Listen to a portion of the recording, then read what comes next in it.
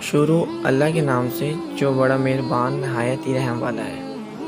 السلام علیکم۔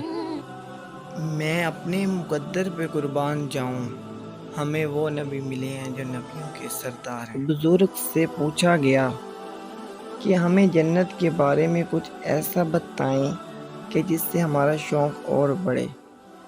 بزرگ نے فرمایا کہ وہاں رسول اکرم صلی اللہ علیہ وآلہ وسلم بھی ہوں گے۔ سبحان اللہ۔